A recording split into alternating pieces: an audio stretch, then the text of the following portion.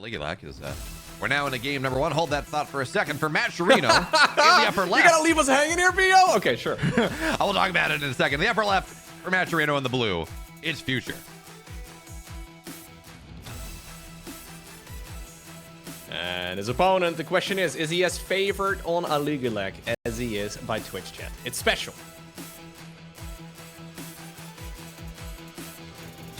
And do you know why I wanted to wait for a second? It's because I can press this button. There it is. Ooh. And it's not. Never mind. It's not running. There it is. There it is, guys. There's the proof. That's done.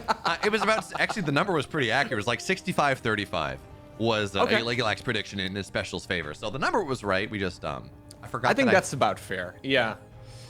I think that's about fair. I think that basically means we just needed a larger group of people, right? So tell your friends, tell your family, tell everybody to tune in so we can get the absolute accurate predictions, just because we apparently need even larger numbers. Is that what we need? We need a lot more people voting for Future to be accurate. Or, you know, one might argue that actually Twitch chat is maybe the more accurate predictor than a Ligulac is. And wouldn't that be fun? Could definitely be. Alrighty. A good old Terran versus Terran. First one of the day over here. Of course, another match right here to determine who is going to be moving on to the playoffs of the American Regionals. Already a little bit of build order deviation, as we have SpeCial opening up with a much quicker factory here than his opponent. Future going for that single gas with a command center on the low ground. Yeah, it's interesting. When we talk about Future, we talk about this aggressive Terran. This time, you know, in a TVZ, he's going to go for an 8-rack a lot, or maybe something even faster. We're going to see him in TVT with these tech-heavy timings. And that's still possible, absolutely. You can go into a tech-heavy timing off of a Reaper Expand, but SpeCial's playing the more middle of the road, right? This Reaper, this Barracks, double gas, factory, command center type of build has become extremely standard over the last 3 years at this point, I think. And, you know, there were times when that didn't happen. I mean, Loco, I'm sure you were a big fan of the last meta we had in TVT where we just build Cyclones, and that's what we do. But, you know, huge fan. You have 10 Cyclones going up against 10 Cyclones, and one guy wins with 7 Cyclones alive. You're like, huh, how did that happen? Yeah, they wasted one shot on a Reaper, and now it's all dead. Yeah, no, there's definitely been metas in every matchup, right, that are always a little bit messy. And oftentimes, actually, like, even without patches, the game sort of transitions away from that as players also figure out other ways of doing it. But yeah, TVT definitely a little bit different right now. Still a matchup, though, where we see the most Raven usage, right? The Raven, not that common in TVP, not very common at all in TVZ, but in TVT, we see it a lot. SpeCial maybe aiming for one here in just a moment, although this could definitely be a Banshee as well. Yep. Look at that. Loco knows his TVT. Also, he knows SpeCial, I swear, more than any other Terran, probably. Like, he loves his, like, or his Banshees. They're good units, right? Like, it's one of those things where, like, technically they have many counters, but realistically, for a pretty small investment, you can also accidentally win the game. And you always want to set up as many leads for an accidental win in a game of StarCraft as possible. Even when there's a Viking out or a Cyclone out. Like, it's kind of like a Widowmine drop or like an Oracle hanging in the corner, right? It can always come in and just deal a stupid amount of damage. Especially if you get 2 of them, right? They're just one-shotting SCVs and it gets really fun. Is this Reaper, talk about things that are really fun. This Reaper gets nothing done. No scout. Well, I did get to jump up with a jetpack. That seems pretty fun. I mean, I'd like to jump up with a jetpack. Seems pretty cool. That seems pretty cool. Although he must be carrying its own fuel around as well, right? That's a little sketchy. Yeah, and you know the problem is when we talk about that, if you talk about like building rockets, right? That Reaper's dead too. Yeah, well, synchronized Reaper deaths. Not quite synchronized. You know, one died 30 seconds before. Look. Well, at least the shape, you know. Ah, okay. It's not an Olympic sport. We don't have to do it, you know. It looked pretty much identical, but different time. Yeah, well, for now the Banshee's not going to get a lot done. It doesn't have any sort of cloak, so it's just going to target down what it can. It's going to get a dying shot, gets 3 SCVs. And that's a little bit of damage, sure, but Future, because he just opened Reaper Expand, despite the fact that SpeCial got 3 SCVs and, you know, did go for that committed, that attack, Future still got a better economy. His tech is a little bit slow. Well, actually, no, his Raven tech is a little bit faster. And that means that this move out from SpeCial, the first part of it didn't really get enough done to justify, and that means that any sort of follow-up attacks are not really going to be all that good, which is fine because again, SpeCial's going for a 3rd base, and that's okay. But now he's got to go withstand this attack from Future that's been building up for the last 5 minutes and 20 seconds or so. There were no pit stops for Banshees. There were nothing like that. He's building up for right now, and that means his army, if he can get on top of these tanks, is pretty solid. Absolutely. So the Ravens do, of course, have their interference matrix researched. It's an ability that allows them to temporarily disable opposing units. And most notably at this stage in the game, it will always be those siege tanks that are going to be the main target. It can be very difficult to push into tanks, but those Ravens make it all manageable. Nice sniper there from SpeCial, though, getting that one Cyclone. And obviously is also slowing down the advancement here of this army, right? And that is his ultimate goal. At this point, economically speaking, game is relatively even, but we do already have Future with an additional base. Yeah, we got to point this out. Future is in dangerous territory right now. He's got this army. It's pretty strong for right now. But SpeCial's on double starboard. He's building 4 Vikings at a time. He's going... One might argue that this build is kind of an all-in, but it's this counter mech build that he's been playing for a while now, that he first introduced in the last season, I think, of DreamHack Latin America when he lost to Kelazur. But it's this idea, you just build a bunch of Vikings, you have such dominant air control that you really, your opponent can't do much to it. And you run across the map, you get this incredible siege position, and you try to end the game. And especially in this setup here, Cyclone doesn't get a tank. Especially in this game right now where Future, he's building his own Vikings 2 at a time. That's just wasted money. That's wasted supply. This Viking count, I mean, if it's 6 Vikings versus 2, that's just wasted money on 2 Vikings. They don't do anything. Yeah, no, you're absolutely right. When you have 10 Vikings going up against 4, it's not that the one player will win with like 6 of them remaining, right? They will win with like 9 of them up in the sky still. It's very lopsided. Now it's indeed SpeCial who's going to try and see if he can potentially win. Obviously, when you have those additional Viking numbers, you can do really well against your opponent's Ravens too. And then, well, your siege tanks have a much easier time getting into position. So Marines and siege tanks usually the main bulk of the army, but the air units are incredibly critical here in this TVT. SpeCial leapfrogging a couple of the tanks forward. Both players have now secured the 3rd base, but Future's one is in a lot of trouble. That it is, and I mean, not only is it in trouble right now, Loco, he's just going to run in. SCVs are going to get pulled. Raven's coming in from the back side, but they get shut down as well, so this attempted break Vikings going to land on top of everything here. Isn't it? No, it's not enough. Not at all. Look at that. SpeCial annihilates this. Jeez. And what I was going to say was it gets scary even after this, because once you have air superiority, you build 4 Liberators at a time, and good luck tanks. We didn't even need it. SpeCial dumpsters this, and now, well, the 3rd base is dead too. Future's dead in this game. He has no future in this game. No, this game is going to be in the past very soon. I was with you, though. I figured he was going to wait until the Liberators showed up, because that's what we very frequently see. But I think SpeCial noticed an opportunity. He's like, you know what? I'm just going to go. Obviously, Vikings, very powerful as well on the ground. Not to be underestimated against SCVs, although I'm pretty sure the siege tanks and the Liberators alone would have cleared up that job. Yeah. Very quick game number 1 there in the end. It was looking really solid for Future earlier, but that's just the volatility, I guess, of TVT and all the StarCraft mirror matchups. Really, it's very easy to make a mistake and then, well, lose a minute later. Yeah, and really shout out as well to SpeCial. I think that attempted break from Future, because again, this wasn't necessarily Future or SpeCial seeing an opportunity and going. It was Future trying to go make a break happen and SpeCial crushing it and then winning the game. Yeah. Shout out to SpeCial for... So what Future tried to do, he tried to get his Ravens around the backside, shut down all the tanks, and yes, obviously you're going to lose the Ravens to the Vikings, but you can, again, maybe sacrifice their lives, but you make the break happen. SpeCial was on top, and he had his Ravens patrolling where they had to, and he shut down 2/3 of the Ravens from Future, and then all of a sudden the tanks are firing. It's like, this is just not going to work. And also the SCVC tried to pull like 5 of them. They died to the Cyclones before they got in range. So really nice defense. It was a cool attempt, right? Sending the Ravens in from the back, trying to shut down as many of those tanks as possible, because he saw what was going to happen there about 30 seconds later. So he kind of pushed the issue before those Liberators could really arrive. So he needed to get something done. It was a cool attempt, but I think SpeCial was well prepared for it. Yeah.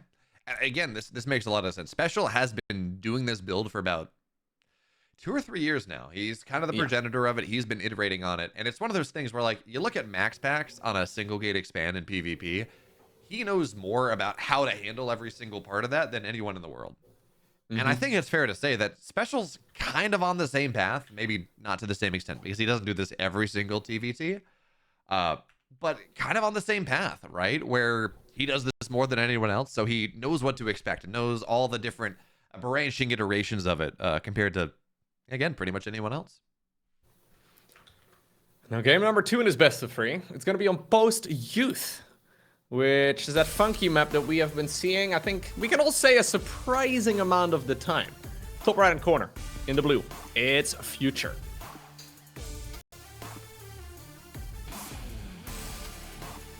And the bottom left in the red, and also north on the map. We'll take a look at that one in a second. He's up 1.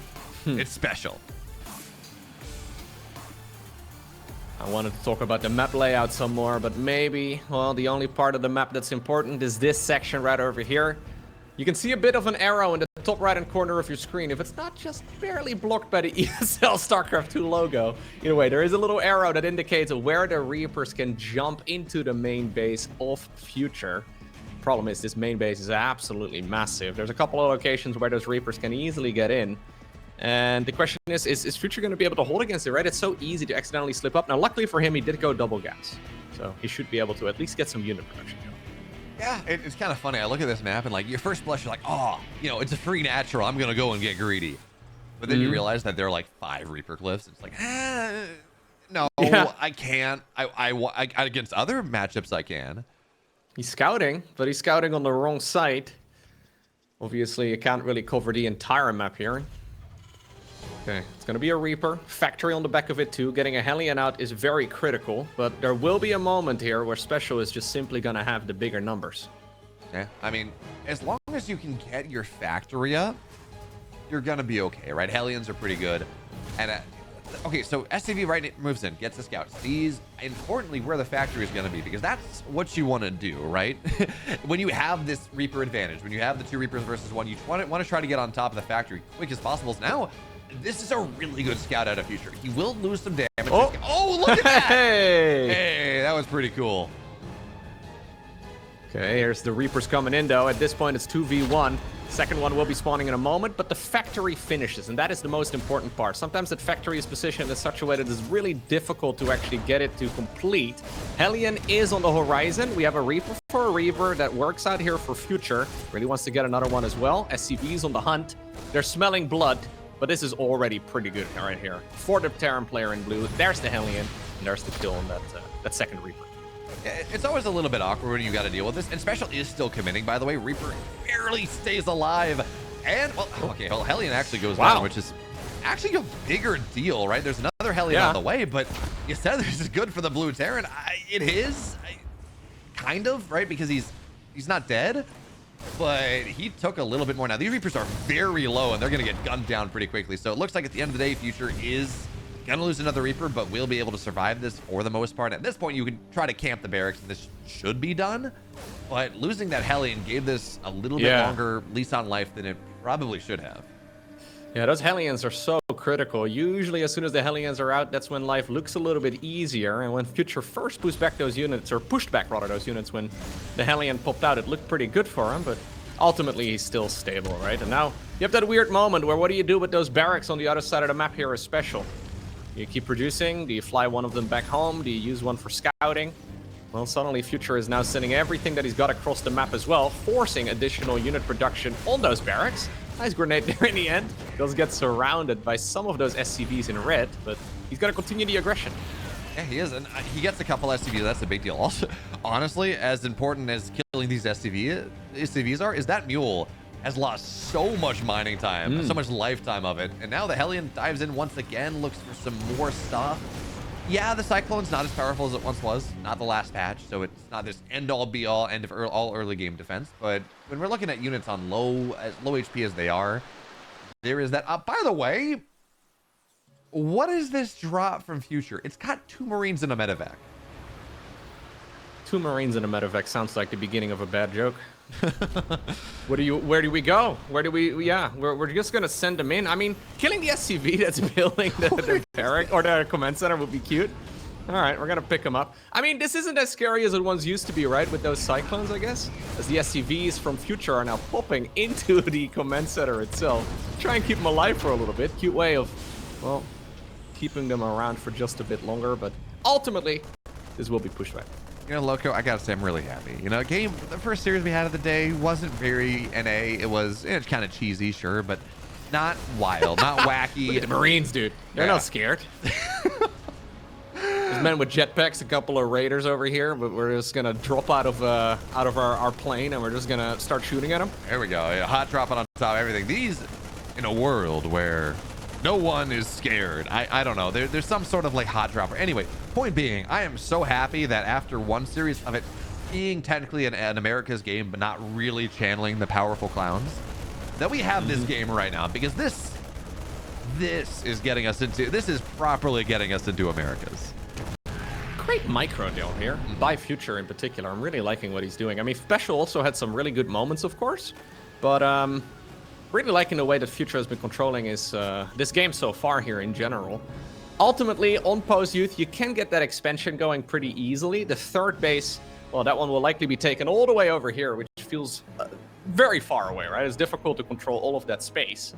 But yeah, ultimately, Future's economy is quite a bit better here than SpeCial's, and well, that means that you end up with way more stuff. The only problem is that in TVT, when you are ahead, it is very difficult to actually close it out. You can't just send everything across, because you still have to deal with siege tanks and oftentimes a bunch of ravens too. And losing a medevac, okay, I was gonna say, could be a disaster. You know, and you talk about it's really hard to kill your opponent, especially on a map. I mean, Post Youth is massive. It is getting across the map is nice catch with the cyclones as well. I was going to talk about, you know, the Reapers dying, but that's 8 dead Marines. Well, that's a medevac. That's 10 supply down the drain. Yeah. That's huge. That equalizes the game pretty much. Future's got a little bit better economy, but that certainly equalizes supply. Now, if I'm Future here, so this is the double starport build from SpeCial once again, right? Given that's the case, and SpeCial's going to go for this siege, it's actually sieging up in the middle of the map here, maybe trying to catch the army.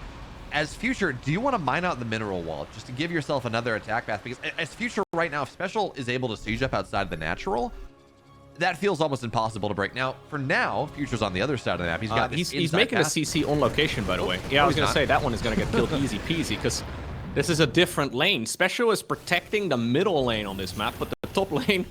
It's basically a MOBA now. The top lane on this map was entirely unprotected, and that is a council on a base.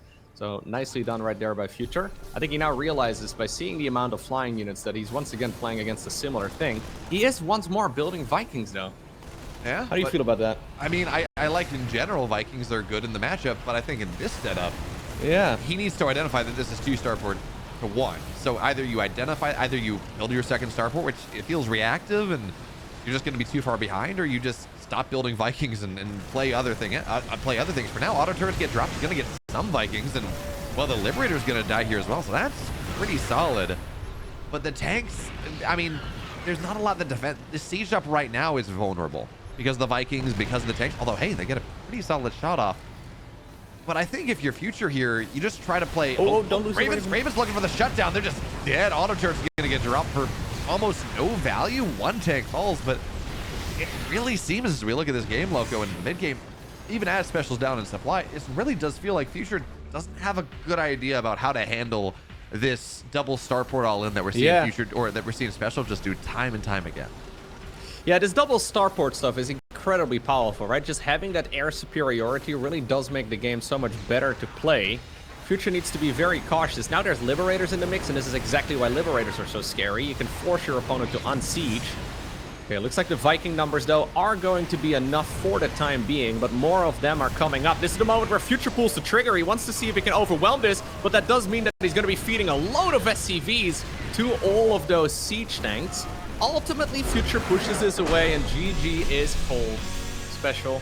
He felt not, he didn't feel like he still had a chance to stay in that game for much longer, but it's a very delicate moment, right? Because those fights, we've seen them happen many times before, can really flip-flop very easily in the other player's favor. Yeah, and it's one of those, like, yeah, you lost a lot of SCVs, but you had a third base, your opponent didn't. You were up 15 SCVs or so. I forget what the number was before it. I'm surprised SpeCial, like, made the command center on location so confidently. He's like, yeah, I'm going to build a third CC right here, ages away from my base. Command centers can fly, guys. Can we just, when you're under even just a little bit of pressure, just take the flight of shame, okay? I think you can manage it. Yeah, I don't know. I think it's one of those things where SpeCial's like, look, I'm pretty far behind right now. I gotta cut some corners. And you know, pardon me here, Loco, if I'm using the wrong terminology. I'm paraphrasing a MOBA that I don't play, but I'm told that top lane is an island, and so clearly I mean, I just used the reference because I've heard other people talk about it. Okay, I've played a little bit but not enough. I don't know. I was watching a broadcast, like a Chinese broadcast this morning, just to have someone to listen to as I was getting ready, and I heard the phrase. So, anyways, top lane's an island, therefore Future's not going to attack through. It's on an island, like you don't have to worry about it. Maybe we should steer away from other video game references. We just want to talk about StarCraft and StarCraft only. Oh, I thought the whole entire point of the ESL broadcast was to talk about Pokemon / RuneScape all the time instead. I mean, I'm not really too well versed in Pokemon, but I can talk about RuneScape if you like. I last played RuneScape when I was back when I was first starting to see you stream, like 35 years ago. back when the Beatles still used to tour, and yeah, those were the days. This will punching down like this will eventually stop being funny, but not for a moment. Especially like I'm like 4 years younger than you. That's not a big gap. Yeah, no, the 80s were the good old days. Oh yeah. Hashtag 90s kids. Anyways, bottom left, a man who may actually I'd have been born in 2000. Anyway, whenever he was born, he's got a future to him. It's Future.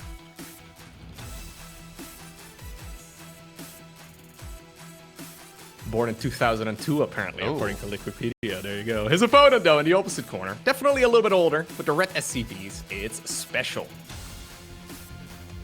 A man with many nicknames. Major, obviously, was one that he ran with. But, Windy, he's got a long list. Princess, Brittany, and those are just the ones that come to... He had a Pokemon one? It was a... I'm looking it up right now, but he has he's finally settled, right? He used to switch his nickname after every tournament, but even mid-tournament, honestly. Major, Windy, Terran, Princess, Brittany, Kitty, Memory, Cute Angel, and there's about a dozen more. I feel like this is just perfect for the Michael Fassbender meme, right? It's like, show me the blank, right? No, I mean the real blank. Show me the special. No, I mean the real special. I mean the real special. SpeCial definitely has been playing under this ID for, I want to say, at least like 5-6 years now.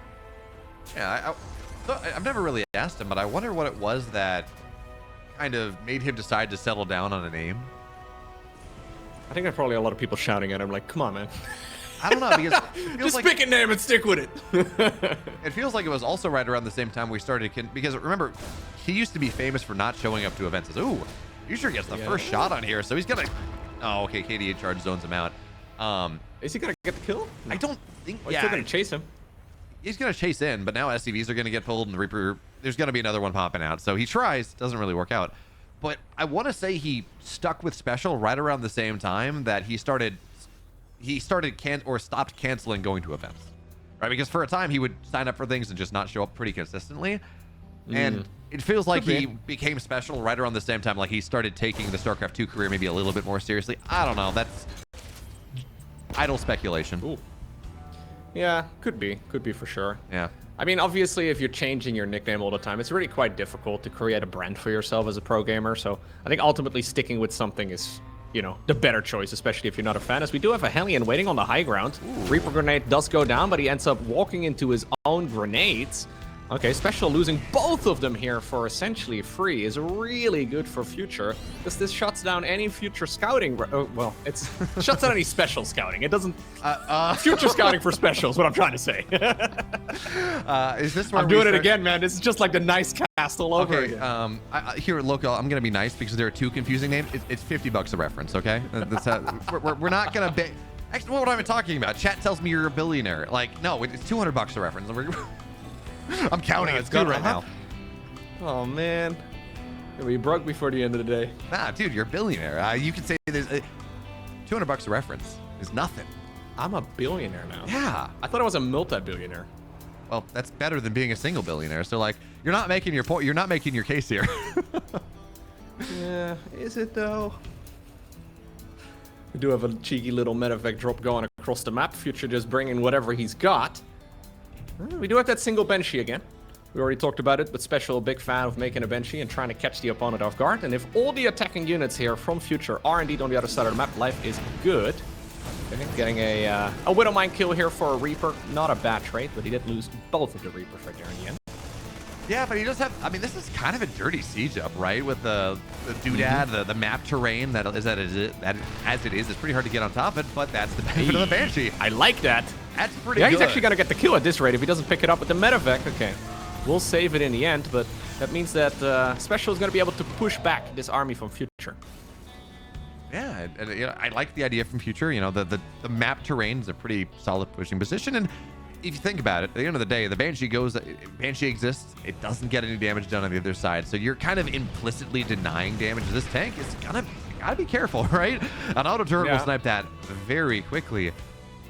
But Crimson Court, right? We talked about maps and ideas and things like that. Crimson Court is another one of these maps that has these like 2 or 3 discrete pushing lanes.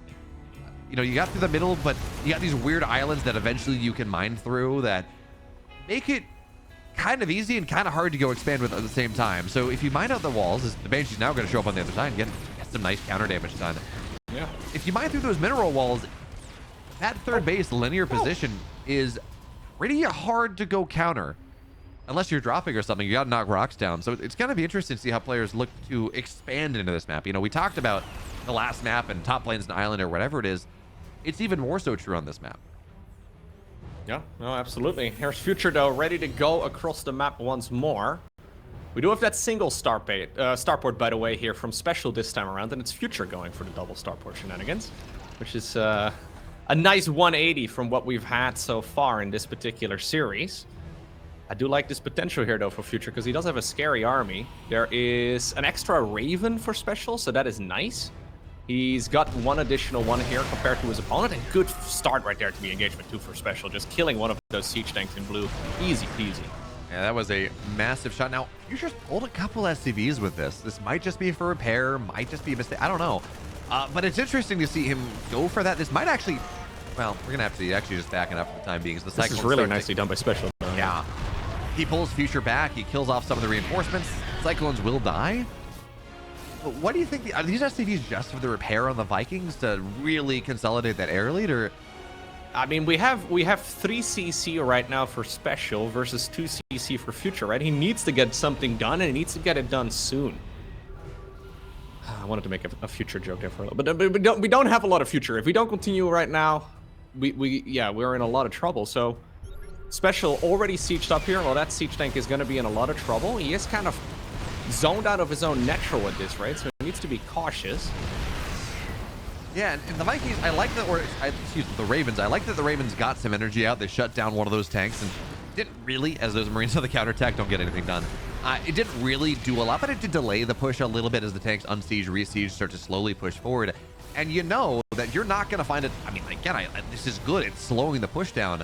But also it's taking advantage of the fact that the Vikings are maybe not in position, so you know that the Vikings are not gonna last eventually, as these are massive shots by the tanks. And this push from Future, he's not getting that slow boa constriction of a push that you're looking for. In fact, I don't even think he's built an air lead. It's 4, okay, he's 4 Vikings to 8, but most of the Vikings are not here yet. So the air superiority is not there yet. He's kind of putting the cart before the horse just a little bit. The Vikings run forward, I guess, trying to repair a little bit, but they just die. And this is not looking nearly as strong as what we saw from SpeCial in game number 1. It's still moving forward. Yeah, but it's making still moving, and there's a Liberator coming now too. That Liberator is going to make life much easier here for Future, but he's certainly on a timer here, because the longer that this goes on, the more difficult it will be, because SpeCial is just simply producing more. Here we go. Apparently he just decides to commit before the Liberator arrives, lands all of the Vikings on the ground as well, moves the siege tanks forward. At this point, there are way more tanks available for the player in blue. Future trying to go for that choke right here on SpeCial's base, and he may just be able to get it here. 0 tanks currently remain here for SpeCial, and now the Liberator shows up too. I think he's just barely done it, but that was on a razor's edge. It was. He was making progress, but not nearly at the speed that you would like. SpeCial, of course, waiting for Stim to be done. Combat Shields gets behind here, but at this point, it's really hard to break out. Yeah, that wall or that area outside of your natural, that choke is really big, but you got tanks here, you got Ravens, auto turrets, Vikings are going to land. At this point, SpeCial's taken enough damage that even if this gets cleaned up, which I don't think it will, there's just not going to be enough here to respond. The economy's not good enough. Tech production's not good enough. Barracks are going down.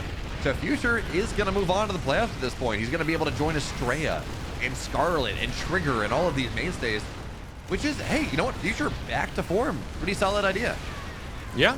No, really cool to see, of course, especially taking down a big name like SpeCial is, yeah, really, really nice for him, and doing so in a very solid manner as well. I mean, this last game, it's looking still like there is a fighting chance for SpeCial as he is forced to pull the boys. But the thing is, Future on the back of this did make a command center, so he does actually have a solid economy. So even if SpeCial does stabilize here and pushes this all back, he is still not really going to be able to contest with the economy here from Future. He's going to keep trying. There's always a way to come back in a game of StarCraft 2, but at this point, it's going to require Future to take his hands off the keyboard for a minute or so if SpeCial really wants to have a chance. Well, you know, Loco, remember, I think as you said earlier, in GVT, if you can't kill your opponent, supply leads are fake. So for now, taking advantage of this stim, trying to get on top of things, but no, even the Viking landing is far too powerful. So even though SpeCial, his bio is so much stronger than Future's. He's got 1-1. No combat shields, unfortunately, but he's got 1-1. He's got stim.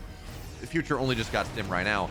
The supply gap is the big problem. He just doesn't have enough of these Marines to really take advantage. Gets on top of the Vikings, knocks those down. But the second problem is that his natural orbital is dead. So even as we talk about... Yeah, it's a shame he lost that CC. If he would have kept the command center alive, this would have maybe been somewhat playable. But ultimately, right, like, it is still a numbers game. Even if you get incredible value, like what SpeCial is doing over here. Man, he needed this value like 3 minutes ago. He would have been fine. You can see that Future, at least on the mini-map, mostly just has his rally point, it seems, set towards the other side. Okay, well, massive economical advantage here for Future. The advantage that SpeCial currently has is the tech, right? So he's got himself 1-1 already finished, like you mentioned. Future only just now really started it up. The problem is, yeah, there is... You really require the Terran in blue here to make a lot of mistakes moving forward for SpeCial to come back into this, but closing a game out in TVT is super tough. Well, you know, Loco, what we've learned in general is that covering things with red in general is kind of a mistake. Red paint, red playing the color red down this game. It's generally not what you want to do. And in this case, Future, again, doesn't have his upgrades, but he's got a siege down position. And yeah, Twitch chat was not correct at all. What?